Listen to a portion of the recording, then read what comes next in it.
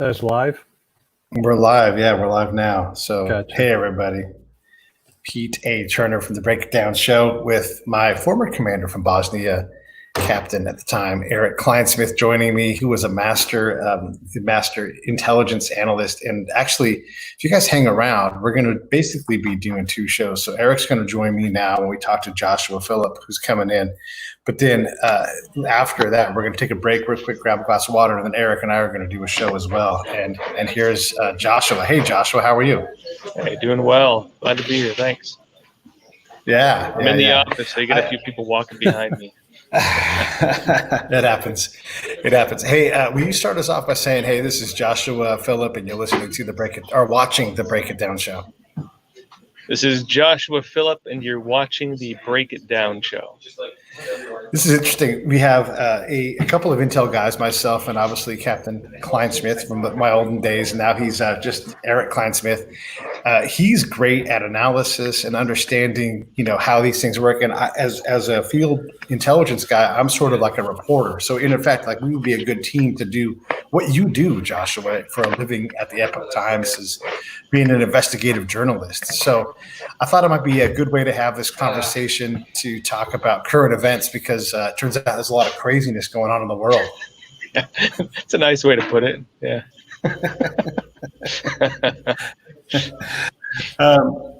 Yeah, man, what the hell's going on? Like, you're in New York City, and we have all this stuff with COVID and everything, but also now we have all the rioting and the protesting. It's just the police violence thing in general, like overall. But what are you seeing on the streets as you're doing the ground truth thing out there in New York? Well, during the mornings, you don't really see too much going on. I mean, I've seen maybe 5-6 people walking around with billboards, just going to and from the office. You don't really see too much around the city.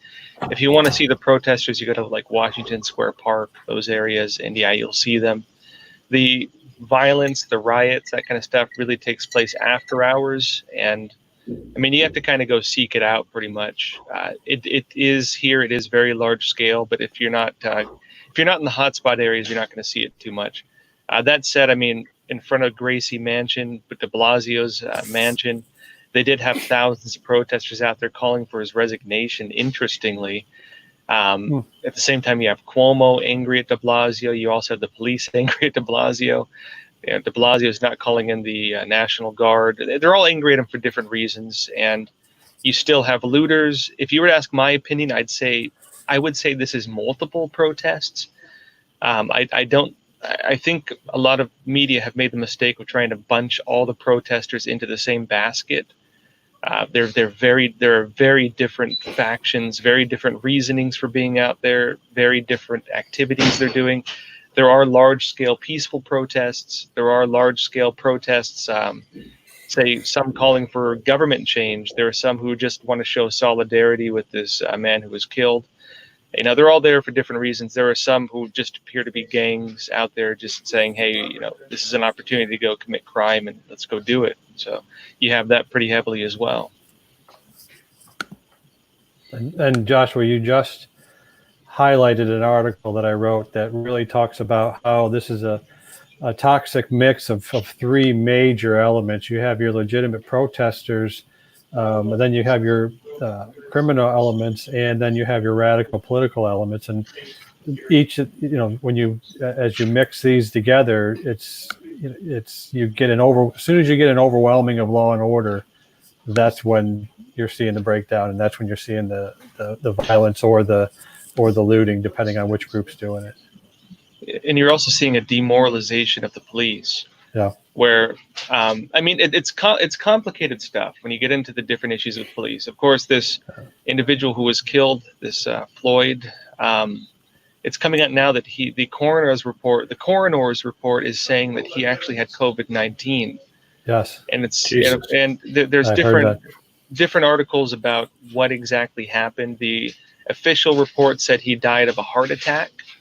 That maybe the method of arrest made that worse. He was on fentanyl at the time that he had that, and he also was recently on methamphetamine. So he did have drugs in his system. Maybe the stress of the incident triggered the heart attack. There was an independent analysis that claimed that he died from the pressure put on his neck. That was done by the family. When you talk about independent analysis, I mean, look, like what I'm saying right now, you could call it independent analysis. If I were to say, I believe this happened, you could write articles saying, oh, independent analyst says he died from such and such. Not to discredit that fully, but I'm just saying independent analysis, you got to take for what it is. It's the person might have biases. The person, if he was hired by the family, maybe he was serving the interest of the family. There other interests come into play, and so you have to take it for what it is. You're not I think trying you also to have to undermine this at all, of course. You also have to take into account when it is too. Like, this is the gathering of the evidence. I'm positive the defense is going to have a third autopsy done, and there's going to be we just don't know enough to know anything. We know what we've seen. We know it's horrible and a tragedy, but there's a lot of work to do to understand what the hell happened. And that goes way before what the hell do we do about it, as a nation, as a police force, as a society. Like we got to get over the emotional part, of course, but at some point, the real work, the investigation has to happen. I think to Joshua's point, I don't think it for a lot of the actors and a lot of the elements, it really doesn't matter at this point. They've already made up their mind, and you're seeing agendas that have nothing to do with George Floyd that have mixed into it. So it really doesn't matter to them. It's just the fact that it happened, and now we can use this to take advantage of it. Yeah, well, and that's another thing too. I mentioned the police are being demoralized right now. Yeah. For example, one of these sergeants associations in New York, they came out, they criticized Cuomo, governor of New York, for basically attacking the police, blaming the police. They're attacking de Blasio. They're saying de Blasio is attacking them because de Blasio is holding them accountable for any actions. It's like, well, how do you expect us to do our job if you're not calling in the National Guard and we're dealing with really, oftentimes violent riots? You had 2 officers shot, 1 stabbed, I think just last night in New York. And so officers are being attacked, and they're afraid for their lives. They're surrounded by individuals. They don't know who's hostile, who's not. You have the New York health commissioners saying that if people catch the virus, blame the police because of the tear gas apparently, affects the lungs and makes it worse. And so if they can't disperse crowds, if they can't arrest people, what do you expect them to be doing out there? They're demoralized right now. And when it comes to the police officers involved in the death of this Mr. Floyd, it's complicated too, because I talked to some police officers, and it's complicated. Now, they said the way that officer put his knee on that guy's neck, it was a jerk move. It's something. It's not cool to do that. The guy was being a jerk. Right. But according to the actual protocols of that department, because every department's going to have its own protocols, and the protocols of that department, that was not unethical behavior. That is approved behavior. And so, in other words, they were acting within approved behavior, even though it was a jerk thing to do. It wasn't technically illegal. And so the arrest of these individuals, it's a lynching. It's a political move to arrest them. Right. They were not in violation of things. They should have been let go. There should have been an investigation. It's a lynching. We're watching a lynching take place right now. And officers are being sent a message that if they follow protocol, if even when following protocol, if what they do is deemed not right by the crowd, by the mob, then they will be arrested and possibly sent to prison for a very long time. And so they're afraid to do their jobs. This is something we've seen happen for a very long time now with these protests against police violence. Then they're afraid to do their jobs, and what happens when they're afraid to do their jobs? Well, they stop enforcing crime. They stop going after criminals. Crime goes up. Communities get worse. They start demanding change. And then I think the people who benefit from this at the end are the government actors, the political actors, who are trying to push for more government power anyways. And that's one of the real ironies of all of this, is that, just talking honestly, this is about politics. You have different political factions. Most of them are pushing for socialist type government controls, but socialism exists through the exertion of power. That's the difference between normal community and normal, say, goodness of heart donations versus forced equality, forced donations, forced, stealing of your wealth, redistribution. What happens if you don't go along with it? They send police to your door and they arrest you. You can't have these social policies without the enforcement of power. And so it's ironic that they're calling for, a stamping down of power, while at the same time calling for the most totalitarian systems we could possibly have. It's bizarre stuff. It's a bizarre situation, and really, in my opinion, 99% of people are just being driven by emotion right now. Maybe 1% of people are actually trying to use this for their own political gain. Right. I want to make sure I say out loud, just for everybody watching, like, we're talking about a tragedy when the police encounter somebody and someone dies. Doesn't matter what color they are. Doesn't matter what country they're from. It's horrible that this outcome has happened. We're not going to lose sight of that. But now that that's happened, how do we deal with this social aftermath? Because and agreed, of course, yeah. Right, of course, right. And yeah. because it's easy to seem that we're being callous about this, but we're talking about the bigger picture. Like, imagine the world when 3 of these 4 cops get off completely because they did follow procedure, because this is manslaughter, and then maybe the other guy does 6 years for manslaughter, whatever, but there's a probability well in excess of 0 that not all of these cops are going to get murder warrant. But that's what the emotional part is, right? So we have work to do to understand that. And then what happens? Another round of protests and everything else. And like you said, this continues to erode at our ability to police ourselves effectively as a society, because you have someone that's got a degree in criminal justice and 10 years on the force, and they see this coming down the pipe. They're like, you know what? I can do other things. I don't need to be in the street. And our quality of officers, we think it's a problem now. Like, one of the things people always say is, like, just more training. But the training officer at any department is not like, I wish I had people to train. I wish I could spend all this training money. Like, no, these things cost money. And to get the police force that we want, we have to treat that police force differently than we're treating it now. We have to fund it with a lot more money. A third of the force has to always be in some kind of training. Like, these things are enormously expensive to get these things out. And then the other part of this is you do reach a point of, just in terms of systems, you reach a point of diminishing returns where the act of trying to squash out all police violence creates more violence, because it's just how systems work. As you go higher and higher into the percentiles on trying to eliminate these things. As a reporter, how do you wrestle with all of these problems? This is I always say social problems are multivariate problems, but it's true. This is not a simple cut and dry thing where this guy murdered this guy and all cops suck. It just isn't true. Well, as a reporter, maybe my views are a bit different than the way some journalists would approach this. I really try to aspire towards what I would call traditional journalism. In other words, the type of journalism that the public expects from you. And my take on journalism is the reason people watch the news, the reason they read newspapers is because they want to have a clear understanding of what is taking place. I think there's a lot of media that believe the role of journalists is to give opinion, but honestly, I think people have a surplus and overabundance of opinion right now. You want to hear opinion, go on Twitter, post 2 sentences about your political views on Facebook. You'll get plenty of opinion. Right.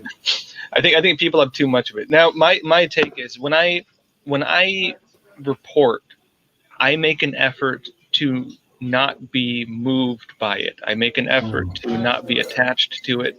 I make an effort to put down my own emotions. For example, so I don't think I've ever said this publicly before, but people ask me what my political views are. I don't vote. And that's, for me, part of what it means to be a journalist. I don't want to get involved in the political process.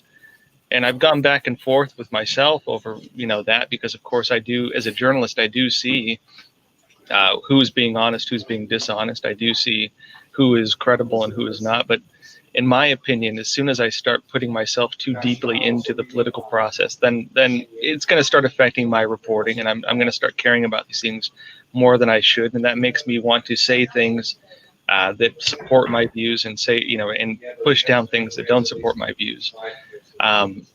And I don't want to be like that.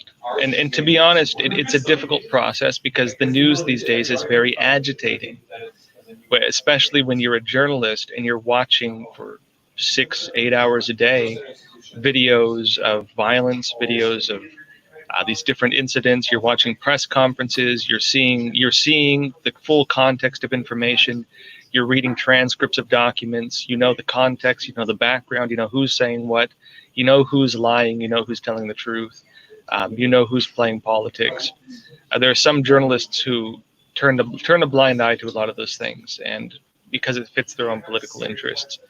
And again, it's not easy to not be moved by it.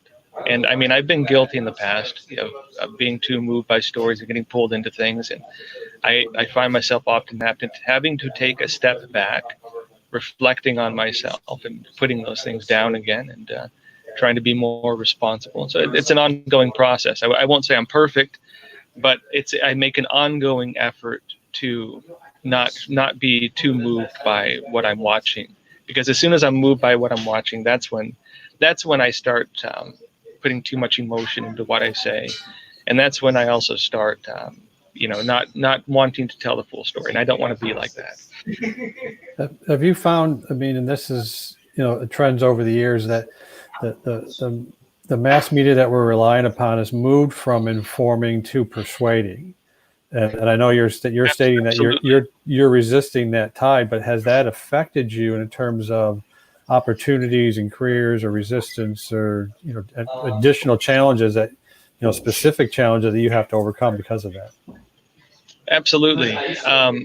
So one of my big pet peeves I can't. I'll be honest. I can't stand a lot of the media.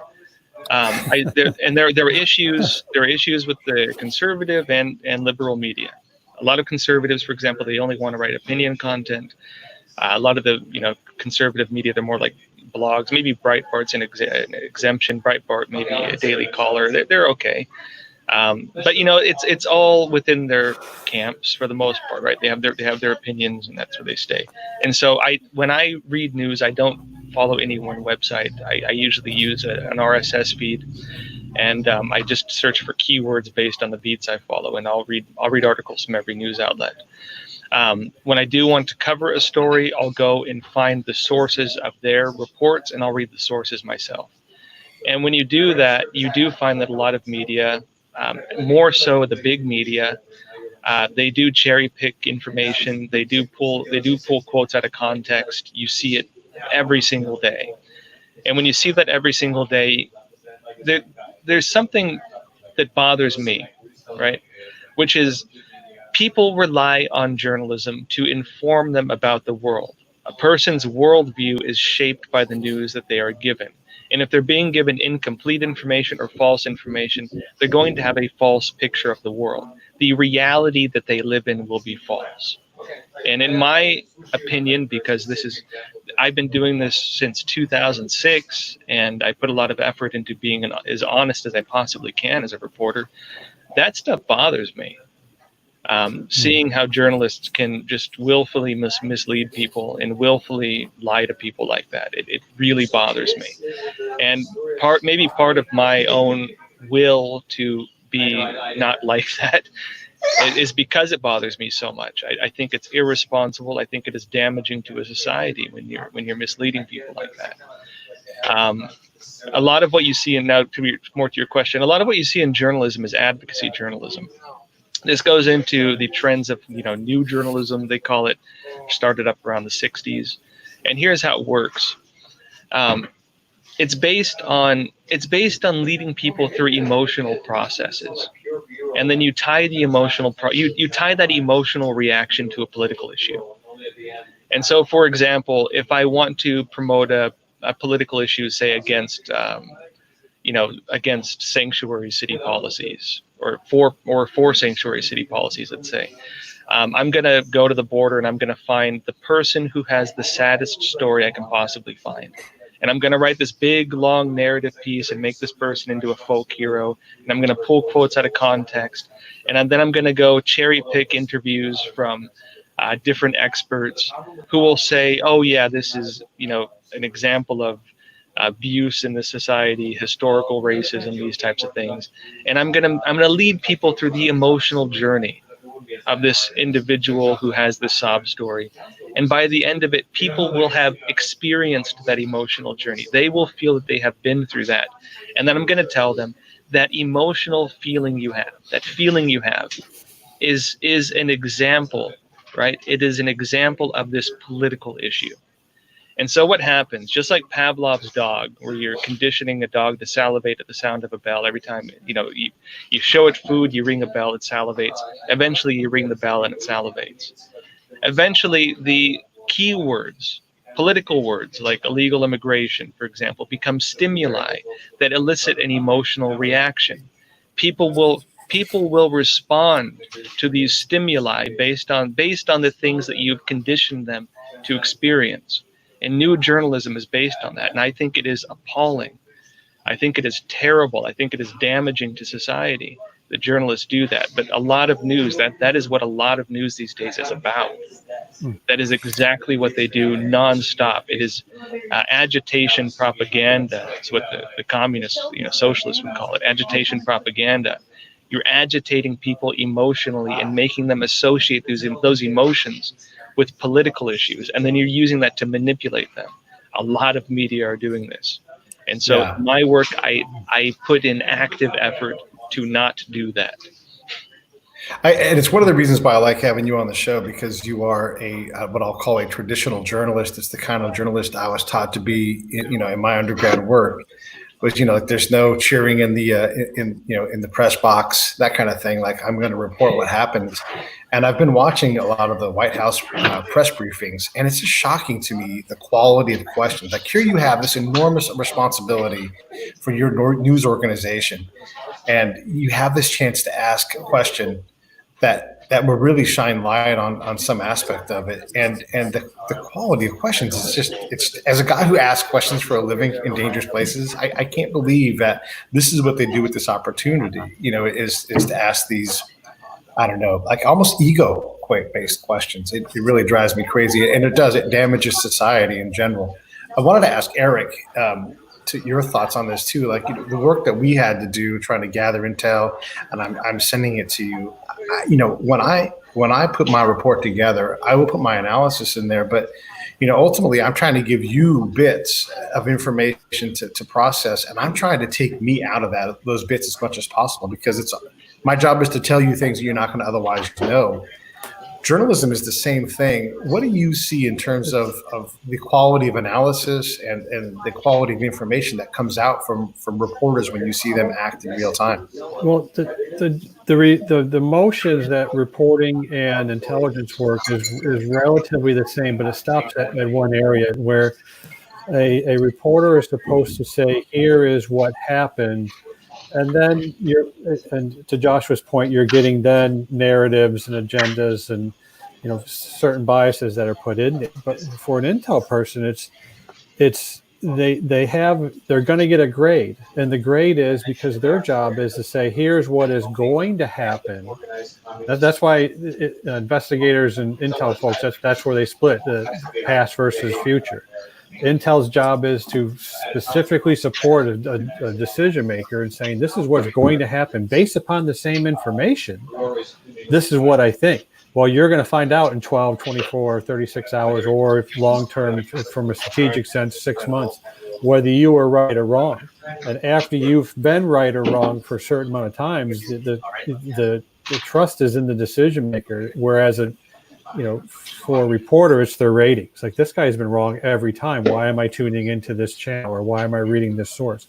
But for intel, you lose a customer's trust. And example is, to go back to the COVID thing. It was a quote from Dr. Birx from White House coronavirus coordinator.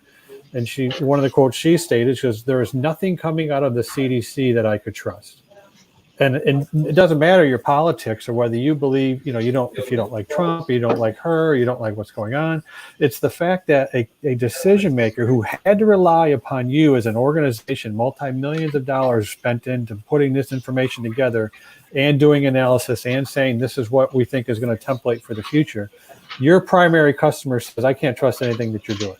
You've just lost you've just failed in your primary mission. And reporting is kind of the same thing. I mean, so I'm just drawing some basic, academic differences between intel and reporting, but you run into the same problems. And that's why the same problems that Joshua is highlighting, I get completely appalled and disgusted seeing the same thing, and is spending time as an information warrior. As my last job was chief of intel for land information warfare activity, and seeing how we used to harvest media reports all the time. Now you're seeing like you're saying, it's advocacy journalism, it's narratives, it's finding the right source that will fit your narrative. As I just was talking to somebody the other night through social media, and he was complaining about Trump's photo op in Lafayette Park, and said, well, they used tear gas and they did all this other stuff, and the bishop of the Episcopalian bishop of DC came out and was appalled by it. It's like, well, then that bishop needs to talk to the rector that actually works at the church, because the rector just said moments before on live TV that he thought it was a surreal moment without any anti-Trump bias. And then the argument goes back and forth. Well, then they used tear gas and they did all this other stuff. It's like, I got a brother in the Secret Service who's at the White House. He's been on the front lines for the past 2 nights in a row. He's had rocks, he's had bottles, he's had urine thrown at him. And it's not even his first riot, so he takes it all in stride. If they use tear gas, I'm okay with that, simply because I have a family member down there risking his life. And, again, it goes back to the same thing. It's like, well, this was a photo op. And if you remember when 1996, we had First Lady Hillary Clinton came to Tuzla, our air base. I had to divert 2 of our counterintelligence teams to do security for that photo op. And, that took them off their mission for several days to get ready for this visit. I was one of those guys. I know. Those guys run. I mean, we diverted you from your mission. And and to me, it's like all Trump did was walk across the street, and it set everybody into a blur of a frenzy. It's just like, you got to take things into a perspective. So, I mean, that's, my long answer to your short question, but that's kind of the different things that are going through my mind as I see the same reporting that Joshua does. I want to break some news right now. This is not on topic, but I like the scoot thing, and especially with a lot of respect for Joshua's work. Michael White, who's a service member who was held in captivity, arrested and in jail in Iran, has just been released in Switzerland. Right. He was sent to Switzerland to get some treatment for his cancer, and he has just been released. So breaking news. There you go. I got the scoop on you, Joshua. Nicely done. Yeah. Back. I want to hear what you think, though, about Erik's comments. When it comes to diverting resources or the opinion element, which one? In general, like with just your guys' kind of unified mistrust of things like the CDC, of like the press. What is that going to do? Like, do some predictive stuff, be the intel guy. Where does that lead us down the road if our I don't want to say that you guys aren't mainstream media. Like, I'm tributary media. I'm a little small creek off the side of it, but you guys are an important part, and you hold down your portion of the river. Where are we headed if we continue to do this editorialized, opinion-based, ads, selling ads first kind of media that doesn't allow us to understand what happens in the death of a citizen or in a pandemic outbreak if we just side with a political thing? I mean, it's crazy how 2 weeks ago people protesting peacefully and exercising their Second and First Amendment rights were going to kill everybody. It was going to be murder. And then now it's like, these other protesters, like, it doesn't make any damn sense. And we're not holding ourselves accountable in terms of in the press and in society. Well, I think 2 points on that. First off, I think this virus, this pandemic we're in, has shown us that false reporting can cost lives. Because that's exactly what we saw with the Chinese Communist Party, where they lied to the world. They told the world there was no human-to-human transmission. They told the world that they had everything under control. They told the world that you're racist if you ban travel from China. And while they locked down travel within China from Wuhan, they were allowing people from Wuhan to travel abroad. And the CDC, the WHO, we're just repeating a lot of this nonsense. It was later seen to be nonsense. We know the WHO lied to us. We know the Chinese Communist Party was lying to the WHO. And somehow we're supposed to still rely on these organizations for information, even though we know they have a track record of lying to us. I mean, it is disturbing. At the same time, as a journalist, I mean, this is one of the issues I deal with a lot, is when you go against there's the main narrative. There's a thing everybody's saying. And often, a lot of times you do find that the main narrative has holes in it at the very least, if not it being totally inaccurate. So, for example, if I had told the world, which we did, notably at Epoch Times, that while the CDC and WHO were telling everyone, hey, that China has it under control, everything's safe, don't worry about it, we were still warning about it. People come out and attack us. They say we're fake news. They say that we're spreading, rumors that we're, if you had supported Trump on making this travel ban at the time when China had banned travel internally from Wuhan, that an external travel ban, if you didn't say it was racist, you would have been attacked. Right. Now the whole world has seen that was the right choice. The good thing he did. Thank God he did. Otherwise, we'd probably be in a much worse situation than we are. You get attacked if you go against the grain. And I mean, and it's an ongoing process. I mean, and it's something we deal with a lot at Epoch Times, something I deal with a lot, that, my analysis is oftentimes very different than what a lot of other media are saying. But sometimes being honest and being accurate means saying something different than what everyone else is saying. Do I put my own interest and my own not wanting to be called names on Twitter before my want to tell people what's actually taking place and doing my job? No.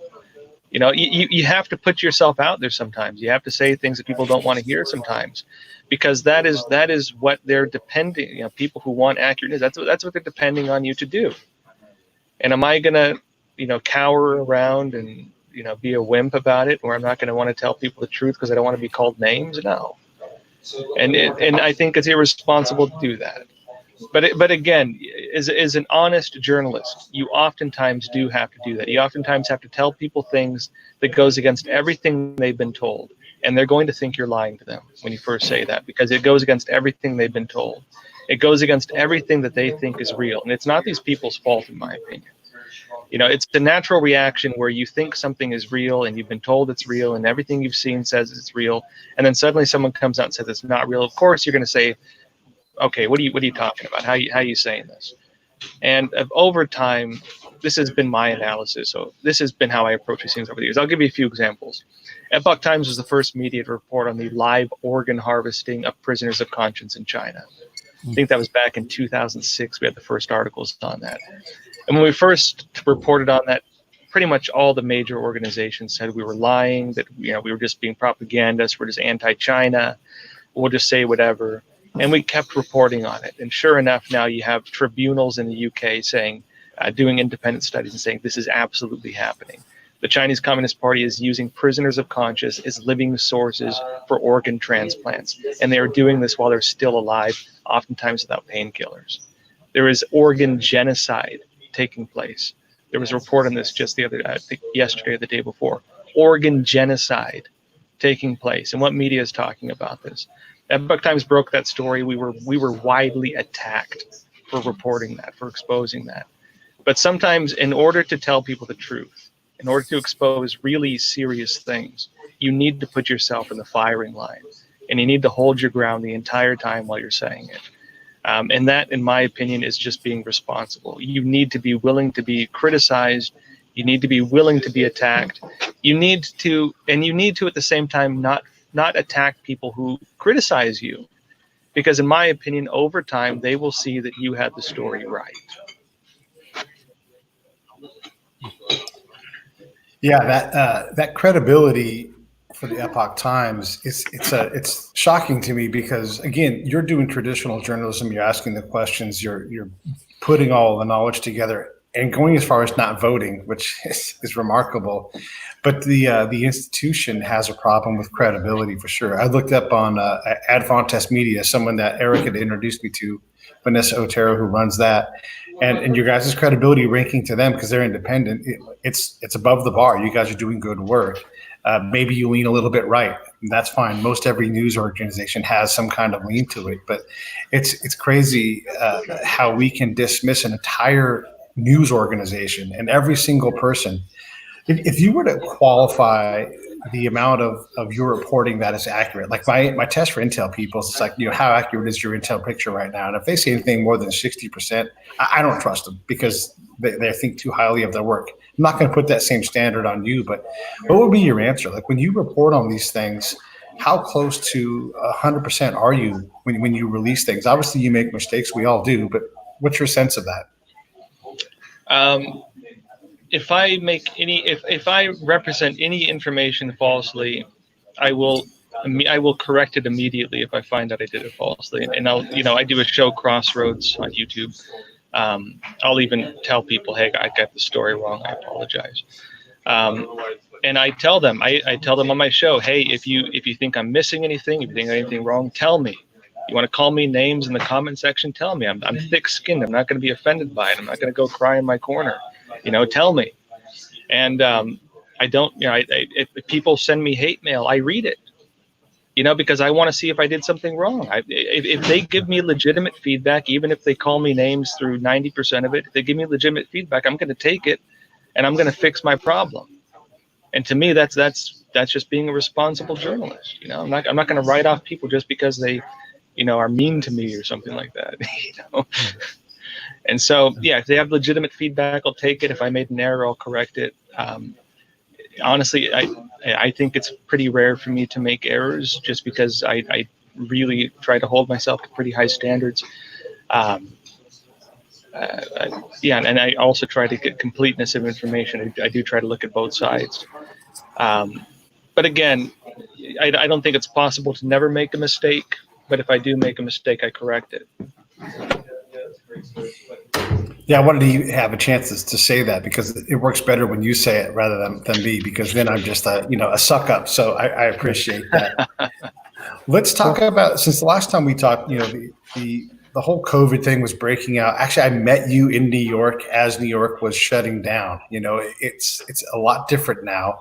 What are your thoughts on what you've learned over the last 2 months as we, I don't want to say pull out of the dive, but as we get further into the understanding of COVID and what it means for a place like New York City or the United States? Well, I understand some of the different views on COVID. I think the biggest problem we have is that it's been politicized. It's become a political issue, and I think it's extremely unfortunate that that's happened. And there are a lot of conservatives, for example, who they believe that governments are trying to institute tyrannical policies during this time. There are some governments that have double standards. In New York, we see it, for example, where you can't go join, you can't go to church, for example. If you're Jewish, you can't go to synagogue. You have mass arrest if you go to a funeral of a rabbi. But you can go mass protest on the street and break into buildings and burn stuff down. That's okay. This is the message that they've been sending. This double standard. De Blasio was saying that if you go to the beach and you go in the water, he's going to send officers to go pull you out of the water. Governor Cuomo actually did, in fact, deploy the National Guard in small numbers during the crisis, during the height of it. And now, for being fair, Cuomo does seem to support bringing in the National Guard. It's de Blasio who doesn't want to have the National Guard in New York.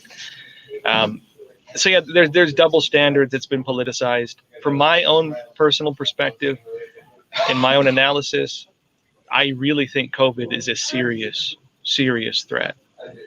And I know a lot of conservatives don't think that's the case. It's actually been more the Democrats who've been saying publicly that they think it's more of a risk. The conservatives don't think so. A lot of them are wondering, why are you keeping us on lockdown? Why are you shutting down businesses? And why are you implementing policies that seem pretty dang tyrannical? They're worried about things like forced vaccinations, for example. They're worried about government control of their health. They're worried about these tracking, contact tracing programs they want to make if you come in contact with. These things do have long-term implications. I think, again, this ties to the politicization of the virus. But in my analysis, watching what's happening in China and watching the damage it's caused in China, and I mean, pretty serious stuff, I really think this thing is serious. Personally, I think around fall this year, maybe around October, we're going to see that. I think the first wave was not the big one. I think the second wave is going to be the big one. It's my personal analysis, and this is based on what's happening and based on really watching and reporting pretty actively on what I've been seeing happening in China. Go ahead, Erik. No, it's, one of the things I was going to say is like, and we've already heard, and you're already getting the sentiment right now that if there is a second wave, we cannot afford to lock ourselves down like we did for the first one. And this is worth, I work for a college and a university. We're 100% online, so it doesn't affect us. But for all the resident schools that take place, I'm getting emails from my kids' school and from my alma mater that we're all coming back to school, and well, now there's a chance that they might not come back to school, or they might be doing some hybrid path, and what I'm getting to the point with in terms of a lot of these, especially public schools, they cannot afford not to come back. They, especially a college and university, they cannot afford. There's several. I think it's like 42% of schools and universities are at a 90-day. They're 90 days out from in terms of operating budget and expenses and how far they can operate without income. Not having tuition, not having that means no football season, no sports, no anything. Several of these schools are not going to survive a second wave if they lock it down in the same manner. So there's, I think I'll say we shot our wad on this first one. I don't think we have enough left to withstand a second wave, and that's where you're getting not pushback because of what Josh was saying, that he doesn't think that there's a second wave. It's just like, look, we can't afford it. Even if there is a second wave, we have to do something else that keeps us in business. And I agree with that too. Actually, I think it's complicated. That said, I'm not fully convinced either that the lockdown system is effective. For example, Taiwan didn't do it, and they're actually doing really well. And being so close to China, you would have thought they would have got hit a lot harder. Right. There are some places, but at the same time, Sweden, for example, didn't lock down, and they're one of the worst places dealing with this virus right now. And so it's hard to say how effective the lockdowns are. I mean, as terrible as it is, we're probably going to see within a few weeks whether that is effective because of these protests. Right. Now you've had, tens of thousands, maybe hundreds of thousands. I don't even know. A lot of people in very close proximity to each other in very large numbers for days at a time. Shouting, breathing in, you name it. We're going to see within a couple weeks whether these lockdowns were necessary or not, whether they were effective or not. I know we were talking earlier about we're going to need volunteers to go back to work to see if it's going to be safe. Well, we got our volunteers. Whether they were witting or unwitting, these folks that came out, and you hate to say as a side result, all the folks that are tracking the virus, and this is a perfect test or change of the norm to see if this is going to pan out. So either we're going to get a ton of sick people, or all the models that we were using in the past and the advice we were giving is not working. At the same time too, the idea of contact tracing is gone now. Mm-hmm. After these protests, the entire concept of contact tracing, it's dead. There's no way you can contact trace now that you've had these big protests. Right. I mean, what are you going to say? Were you on the street protesting with 100,000 other people this day? You're going to go contact trace 100,000 people? That entire program is dead in the water now. Right. In other words, but if we do have a second wave, if it does turn out this is a big deal, how are you going to contain it at this point? And like you said too, I also don't think that you can. Even if it turns out that the lockdowns were effective, can we survive as a country with continued lockdowns? I don't know at this point either. Right. And so if we do have a second wave, especially now post mass protest, and notably in New York prior to these big protests, the government said you weren't allowed to protest. For example, if you wanted to protest against the lockdowns, they would arrest you. They banned protests in New York. Now they've had this. We'll see. Honestly, personally, I'm not very hopeful about it. I'm not hopeful at all about where things are heading with the second wave. I wanted to ask you about Mike Pompeo's statement about the intel supporting something other than a wet market breakout. Now, I know you and I talked about patient zero not even having a connection with the Wuhan market, but how has your position evolved with the outbreak source itself? Has anything new come to light since we talked about 2 months ago? Epoch Times frequently gets leaked documents from within China. Pretty much we're an independent media. We were started by Chinese dissidents in the United States back in, I think, 2000. And that was in response to basically Chinese Americans wanting to create originally a Chinese news outlet that could not be censored. We actually did have some staff in China in the beginning. All of them were arrested. Our editor spent 10 years in prison and they tortured him. Actually, some human rights organizations were actually involved in this case. But because we've never folded to the Chinese Communist Party, because we've held our ground all these years, the Chinese people respect us to an extent, at least the ones who know about us in the mainland. And so anytime they want to get information out, anytime they want to defect and tell people something, they always come to us, almost always, because we're the only media they trust.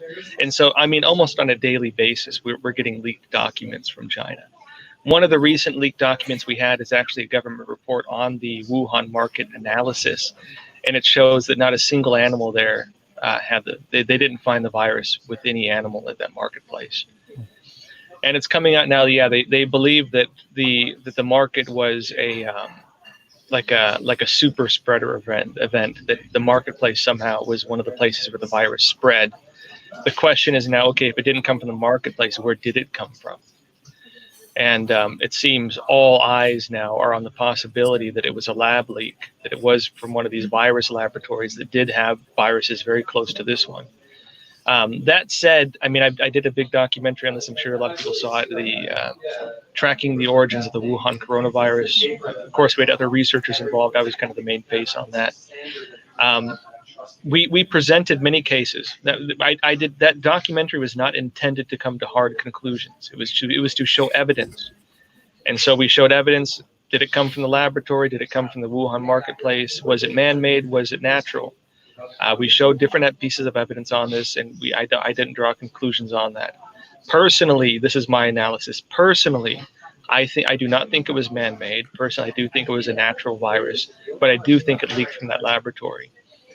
Based on all this research, I'm willing to be proven wrong on this. If it comes out tomorrow that, hey, it was man-made, honestly, I'd shrug my shoulders and say, oh yeah, why not?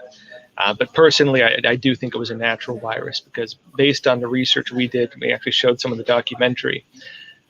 This Yunnan bat virus does seem to be very close to it. They did have natural viruses that were very similar, and also there's a lot of evidence suggesting that they did not have very good security at that laboratory, that they did have safety issues.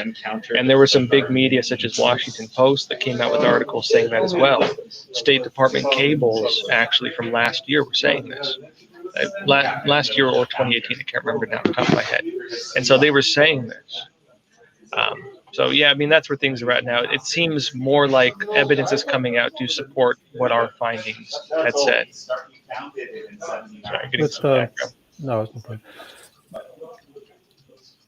Josh, one of the stories. My coworkers that I'm in an interview. Sorry. No problem. It's a busy newsroom. It's all right. Go ahead, Eric. Sorry. One of the stories that had come out related to the outbreak was that not necessarily that it was made in a lab, but it was one of the reasons why the secrecy is that the Chinese were attempting to come up with a vaccine for it, or try to prove to the world that they could outdo the U.S. in viral countermeasures, and that's one of the reasons why they were working it within the lab, and that's one of the reasons why it was able to escape it from that, because of how they were working on. Did you have any insight into that? I think that's accurate. I think that's totally accurate. Yeah. That laboratory. One of the most prominent coronavirus researchers in the world was at that laboratory, this Dr. Xi Zhengli. They call her the Bat Woman of China. And she documented her findings, traveling to all corners of the world, going to these bat caves, getting bat coronaviruses, researching them, bringing them to that laboratory. She wrote about creating synthetic viruses. One of the viruses, for example, was a chimeric virus. They tested it on mice, notably a bat coronavirus. I believe that they had merged with SARS, the SARS virus somehow. It was a chimeric virus. And they tested it on mice. They showed that it would destroy the lungs of mice. It had no cure. And in fact, her paper on that shocked the Western community. People were concerned about it. People said if this got out, you could not predict the trajectory. In other words, you couldn't predict how it would spread and the amount of harm it would cause. And so, yeah, she was writing about this stuff. And, based on, this is the way I've been viewing these things. I know how the Chinese Communist Party reacts and does, deals with issues like this. 10,000 people dying in China. The Chinese Communist Party will do that in a day in Xinjiang province if they have to. Throwing 10,000 Uyghurs in a concentration camp and using them for slave labor, even bringing them into Wuhan for slave labor during this whole thing because they don't want to hurt the people they care about. They want to hurt the people they want to get rid of, right? They don't care about that. 10,000 people dying in China under the Chinese Communist Party. It's whatever. They're not going to lock down their city for it. They're not gonna destroy their economy over it. They're not going to damage their international image over it. And so when the Chinese Communist Party takes actions during one of the most crucial times, in other words, let's look at this, right? When did this virus break out? It was right ahead of the Chinese New Year, biggest travel time of China. We have about 3 billion travel arrangements within China. It happened right around that time. It happened in Wuhan, the transit hub of all of China. In other words, whatever happens in Wuhan spreads all around China. It happened right at the height of the Hong Kong protests when the legitimacy of the Chinese Communist Party was under fire. It happened right at the height of the U.S.-China trade war, right when they were trying to sign a deal with the United States. And it happened right when Taiwan voted into power a party that is opposed to the Chinese Communist Party. Now, in addition to all of that, you have a virus outbreak that causes the regime to have to lock down its transit hub right ahead of some of the major political meetings they were going to be having, right ahead of the Chinese New Year, right amidst all of this. And then they want to lock down all the businesses and shut down the Chinese economy when their economy is already reeling. I mean, the Chinese Communist Party essentially through this virus, it has decimated the Chinese economy. It has decimated decades of work they were doing with soft power, these foreign influence operations, because of the way things played out. This has gone so far against the interests of the Chinese regime that, I mean, honestly, I don't know if they're going to survive this. And my point in saying this is they would not do that if this was not a really, really big deal. And unless they had internally assessed that the possible carnage that this could cause if they didn't react like that would be more detrimental to the party than basically destroying their entire economy and their world image, which for the regime is its two main holds. Those are its two main holds on power, right? Ideology and money. That's about it.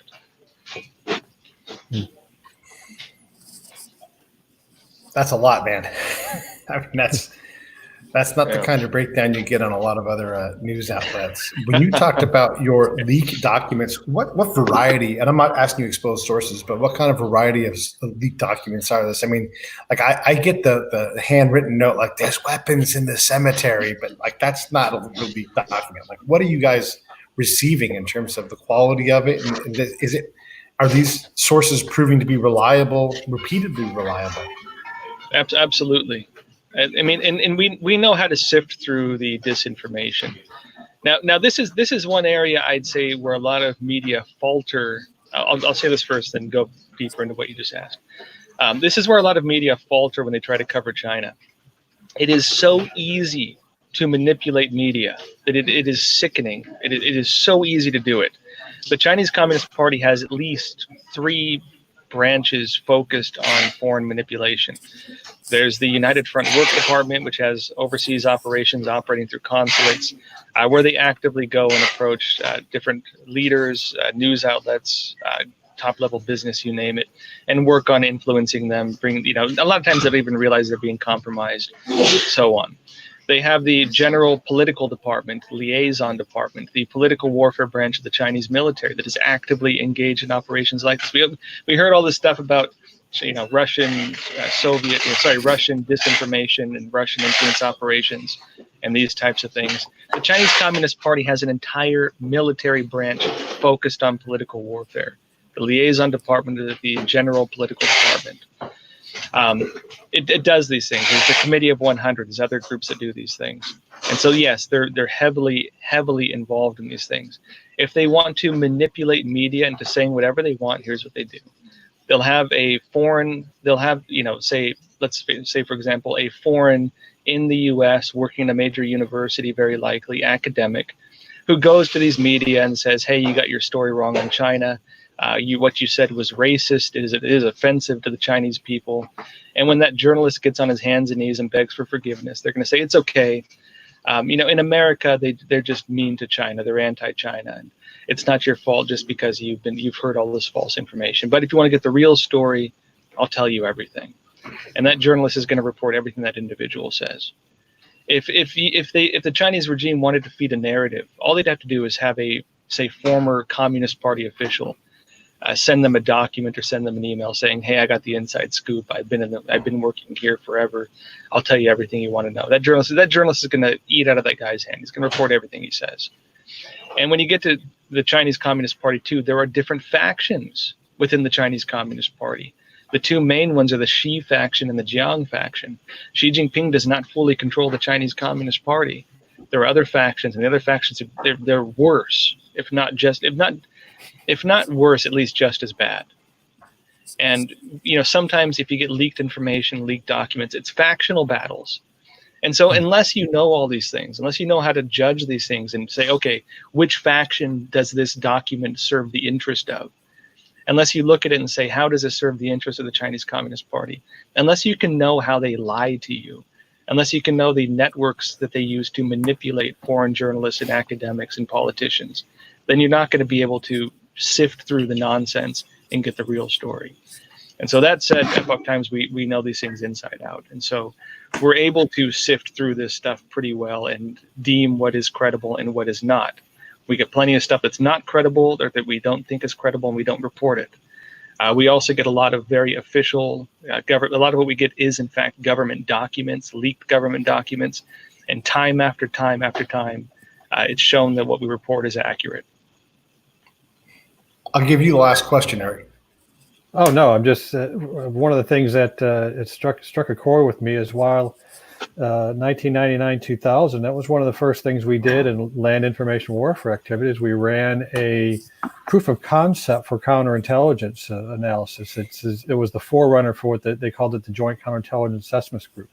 And one of the things we did with that is we used, the concern was the technology protection issue, specifically what was being stolen by China at the time. And in doing that, we just picked a random, in fact, I think we flipped a coin on the particular technology, but it was a protected technology. And I think we chose diamond-like coatings, which is used as advanced methods to cover ballistic missiles and sensor systems and things like that. And what we were able to find was so egregious and so advanced and so egregious, but aggressive on how, and we had to report this back to the Department of Defense. It completely validated the need for a counterintelligence group like this. And one of the big pieces was we showed them in two areas. It's like, you're losing technology in these two areas. These two avenues, I'm sorry. First, it's being stolen by universities that are doing the research by their graduate students who also happen to be foreign nationals.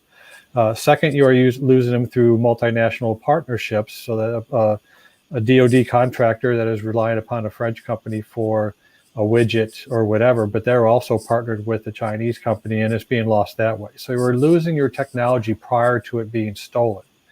But in the process of doing that study, we became completely aware on the essentially the unrestricted warfare. Everybody, that became explosive in our organization to read that book by the two Chinese colonels who wrote specifically from the lessons learned from the first Gulf War on how to defeat the U.S. in an information warfare, information age environment. And it really woke us up to that. And it was also a wake up to us. Again, this is 1999, 2000. It was also kind of a clarion bell that we had, we were getting blamed as, well, you guys are anti-Chinese and you're an intelligence asset. It's like, no, we're not showing you what you want to see. We're showing you what the data says, and the data says you're being robbed blind. So that was, I did not know that Epoch Times had a direct linkage to the dissidents and what had come out around the same time. So everything that Josh is telling me is just, we've known about, and the colleagues that I was stationed with in that unit, we've known about it for years, especially in the hacking arena, when we knew that we had a couple cyber defenders. I'd say a handful of them, up dozens or so, where the Chinese had 3 battalions in their military, active battalions that were exclusively geared toward conducting cyber attacks if there's ever a warfare that's going on or whatever the incident was going on. And so we immediately understood that we're way behind the game on this in that front. So Joshua, I don't want to waste your time here anymore. Do you have anything you want to say in closing? Otherwise, man, that was awesome. We've had a great chat, and it's always good to talk with you. What do you have for us in closing? Well, just on the unrestricted warfare document you mentioned, they actually just updated that document within the past couple of weeks. They updated. Oh, that no kidding! All right. Yeah, that was from, I think 1999, 2000. Yeah, 99. But it was written by 2 Chinese colonels, just for the viewers. It was written by 2 Chinese colonels and outlines a system of war based on fighting with non-military means. I mean, so technically it has non-military, trans-military, and unconventional military in terms of how to wage war. And you can go into the details of it. It's culture warfare, business warfare, targeting individual companies, economic warfare, targeting the GDP of countries, culture warfare, things like the takeover of Hollywood, drug warfare, for example, China shipping fentanyl and supplying the drug cartels with precursor chemicals. How do you destroy the moral foundation of a society, right? How do you wither a society? Right. Goes into psychological warfare, changing the way people interpret information, media warfare, controlling outlets of information. Goes on and on and on, of different categories of warfare they identified, and things that we can see the Chinese Communist Party practicing. But if you want to break it down, here's what it goes to. They thought about what would you want to achieve through war, and how do you achieve those exact same goals using non-military means? Because they did not believe they could win against the U.S. in a direct troop-on-troop combat. The Chinese Communist Party has been waging a full-scale war on the United States for a very long time. And it takes the form of unrestricted warfare. And being a communist system where they control every part of society, every single part of their society has been weaponized. And it ties into this. And so, yes, it's a huge issue. And I think only within the past maybe year, 2 years, has the international community really seemed to become aware of these things. Well, listen, I appreciate you coming on. We'll do another one again soon. Thank you so much. Everybody should check out all of Josh's stuff. You can go to Epoch Times. You can also watch him on YouTube and watch his Crossroads channel, Crossroads updates, and they're just fantastic. More of the same thing. Super clear, well-researched, well-reported, the right questions asked, stuff. I love what you're doing, man. I love that you guys are providing context where other people are unwilling to do it because it's scary and dangerous and expensive in terms of not having the backing of companies. So thank you so much for taking up this part of the fight. I appreciate you. Hey, it's my pleasure. Thanks as well. Thanks, Joshua. Appreciate it. All right, I'm going to sign off. We'll be right back, everybody, with just Erik and I in a minute.